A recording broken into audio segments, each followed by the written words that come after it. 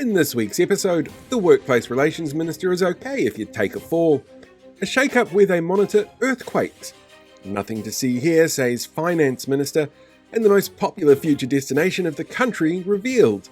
All that and more in this week's The News. Hello there, kia ora, I'm Paul, and next week this will have been last week's This Week's The News. It was revealed this week that the reasons behind Reserve Bank Governor Adrian Orr's sudden resignation back in March, seen here discovering he has a meeting at the Beehive he didn't realise was in his calendar, were down to conflicts with the Finance Minister over funding for the bank. At the time, Board Chair Neil Quigley had said it was for personal reasons, which Orr has backed up, saying, "I find doing everything in their power to tank the economy pretty damned personal." A ministerial advisory group has warned that corruption and insider trading threats are increasing in New Zealand, adding that the country was poorly prepared for it. The report defined corruption as the abuse of access or authority to advance objectives of organised crime.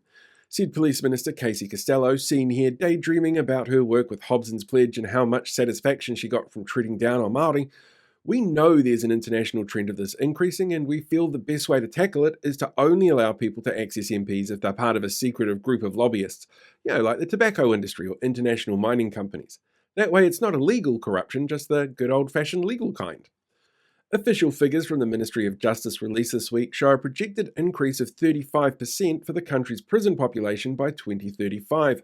Driven by the return of the three strikes law, sentencing caps and more aggravating factors in sentencing, the projections would see an increased population in prisons of around 12,000 people, said Corrections Minister Mark Mitchell, seen here trying to do a sexy lip-biting scene in the world's worst rom-com. "I believe we will have the capacity to handle this, because being tough on criminals always works when you ignore the drivers of crime." A new report from Oranga Tamariki has shown that Māori children are overrepresented in being let down, with Māori adults who have been through the system having higher mortality rates than those who aren't Māori. Those who have been in care were also 9 times more likely to need emergency housing support and half as likely to be able to find long-term employment, said Children's Minister Karen Chow, seen here trying to live, laugh and let kids be hit in boot camps.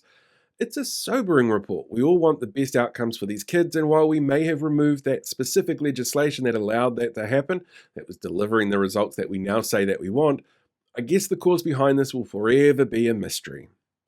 GNZ Science is asking for voluntary redundancies from its 24/7 geohazard monitoring team in a drive to pay for landlord tax cuts, which may result in the centre, which provides around-the-clock detection services of tsunamis, earthquakes, landslides and eruptions, no longer being staffed at all times, said Civil Defence Minister Mark Mitchell, seen here trying to show you what a tornado sounds like. "We're sure the geological fault lines that the country is built on will understand that they can only move during office hours, and everyone knows that tsunamis don't hit at night." A youth hikoi is to be held in Auckland this weekend to raise awareness of the number of young people currently experiencing homelessness, some as young as 11 years old, according to advocates. The latest data shows Auckland has seen a 53% increase in people sleeping rough between September and January, and reports have emerged that people fleeing domestic violence are being turned away from emergency housing at WINZ for contributing to their situation. Said the Prime Minister, seen here in an earthquake that remembered to hit during office hours, "Look, what I'm saying to you is, there is no evidence that I've wanted to see or allowed in my office that shows our policies and punitive approach to welfare has anything to do with why 11-year-olds are sleeping rough. Why don't you focus on those Kiwis who actually work hard to become billionaires instead? They're good people who deserve our admiration a lot more than some homeless kids." The ACT Party is set to announce its list of candidates for the upcoming local body elections shortly, saying that the process of selection is now complete. David Seymour, seen here with his former advisor on how to select people, has said that they will stand on a range of policies which include fucking over the environment, fucking over Māori, and sucking any joy from communities. "We really wanted these candidates to embody everything about the ACT Party," Seymour said, "and I'm sure voters will understand that when they see ACT on their voting forms, that they will have a choice." An AI video of Nelson District Councillor Campbell Rollo, seen here standing between Nelson's tallest buildings, has sparked warnings about the use of AI and spread of disinformation in this year's local body elections. The video used Rollo's likeness and had him using an automatic weapon and was watermarked with an AI video producer logo. Said experts on the topic, "We can expect to find more of this kind of disinformation as these groups discover the height of 2022 technology on their phones, and since some of them can't read but believe what they're told is on Facebook, they could have a major impact on how campaigns are run this election. Our advice? Ignore what you see on Facebook and get out and meet the candidates directly."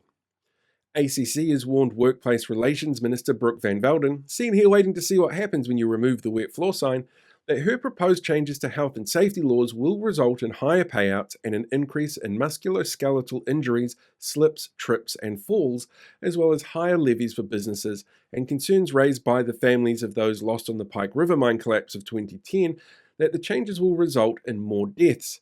Said Van Velden of the report, "Yeah, but they're just workers, who cares if they're safe?"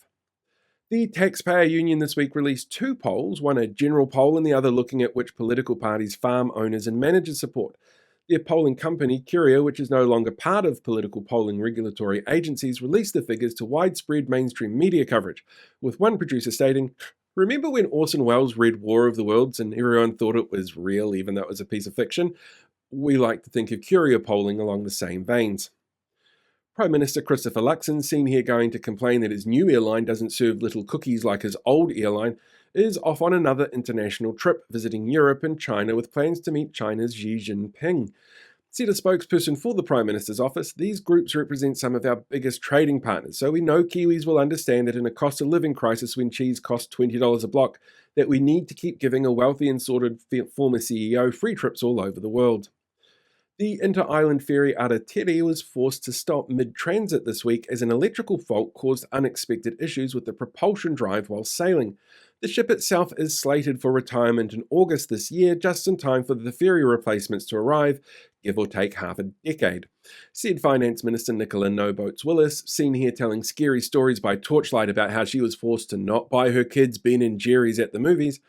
"I don't see a problem here. I mean, the ship was in the Cook Strait at the time, and I can't see it from my office, so I literally couldn't see the problem." Hastings District Council has removed videos on Māori wards after legal threats from that group your racist uncle keeps posting to on Facebook, Hobson's Pledge. In their complaint letter, the group pointed out that a 2004 legal case meant that councils could not promote a preferred stance on an issue which could influence voter decisions, and since the government is forcing councils to hold referenda on retaining Māori wards this year at huge expense, Hobson's Pledge felt it was best to support free speech on the topic by demanding the council stay quiet. Said a spokesperson for the group, "These videos are coming at the expense of ratepayers in the area, which is unfair. I mean, not as unfair as forcing ratepayers to foot the bill on the referendum that they didn't want or ask for, which will cost a lot more than a couple of cheaply made in-house video pieces. But we don't make the rules, only enforce them when Māori look to be getting onto any kind of even playing field with non-Māori." NBR this week released its most recent Rich List, which showed that the wealth of individuals had increased almost exactly as much as the savings made by punishing poor people and beneficiaries.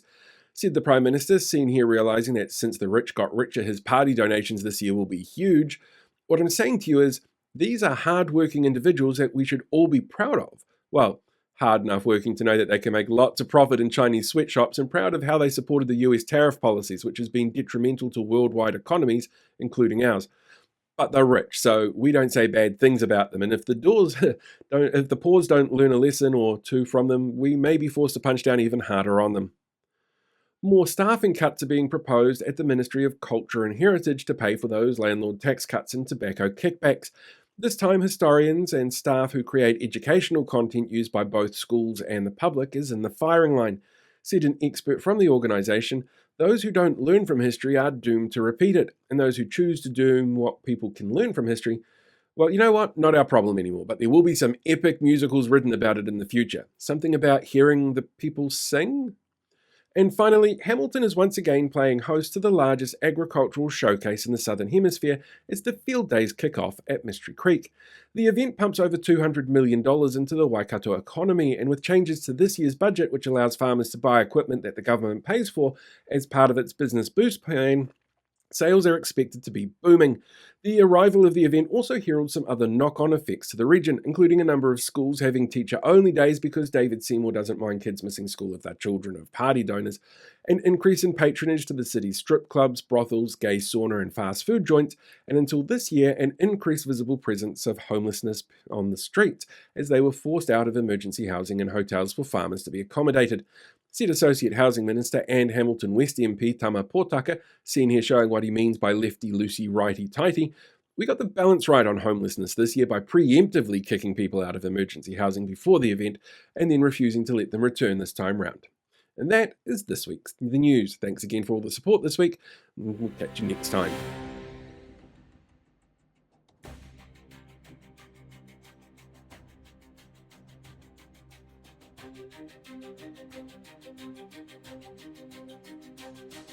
Hey, thanks for checking out today's video. Make sure you like, share, subscribe so you get more updates as we go along. We deal with these guys for the rest of the year.